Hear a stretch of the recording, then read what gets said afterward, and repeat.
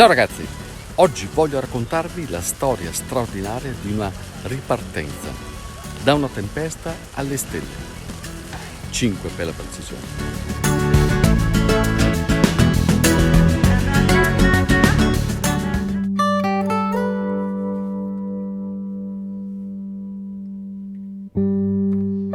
10 agosto 2017.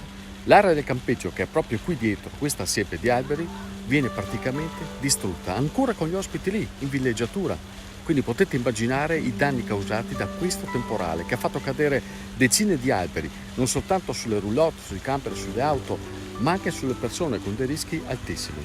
Insomma, un vero e proprio dramma al quale i proprietari, i soci, hanno saputo far fronte subito. Sentiamo poi il racconto di Alessandro. Il 10 agosto del 2017 siamo stati colpiti dal cosiddetto downburst, e ci ha svuotato. È stata una sensazione veramente di smarrimento, e vedere gli ospiti praticamente da un momento all'altro, nel giro di 10 minuti, aver perso tutto, la propria unità abitativa o caravan o camper, e in mezzo a una strada a chiederci aiuto. Abbiamo avuto più di 400 sfollati, perso 570 alberi, praticamente avevamo un campeggio totalmente rivoluzionato.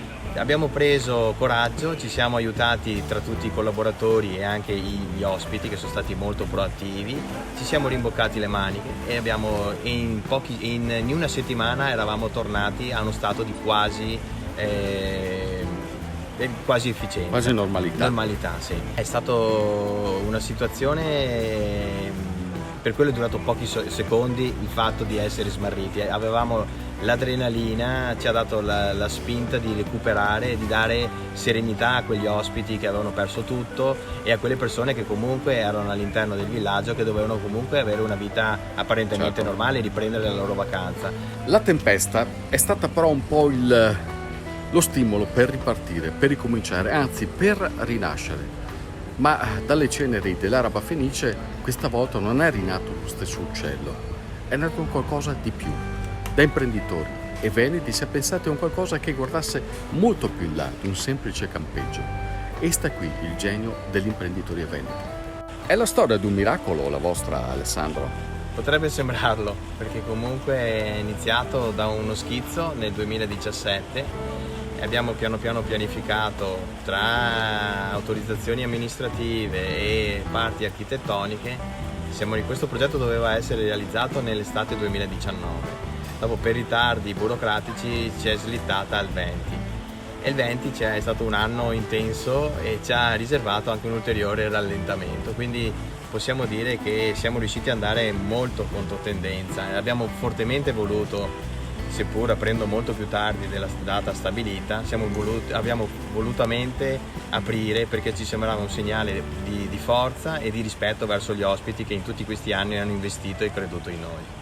Il campeggio, partendo anche da quella sfortunata sera dell'agosto 2017, è stato radicalmente trasformato.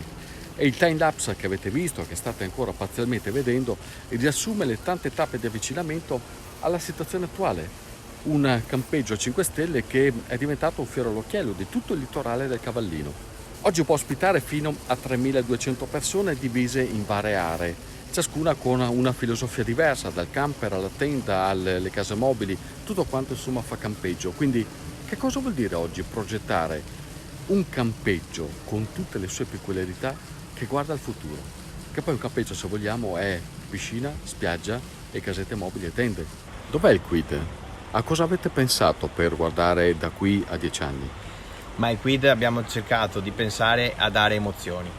L'ospite deve percepire, l'emozione arriva attraverso la ristorazione, attraverso il momento vissuto al parco acquatico, attraverso una passeggiata in mezzo ai pini, attraverso una vista a mare, ha varie sfaccettature. Quindi abbiamo cercato di prendere quello che noi stessi vorremmo quando andiamo in vacanza, cos'è un ricordo che te lo porti per tutto l'anno, ma te lo porti per tutta la vita.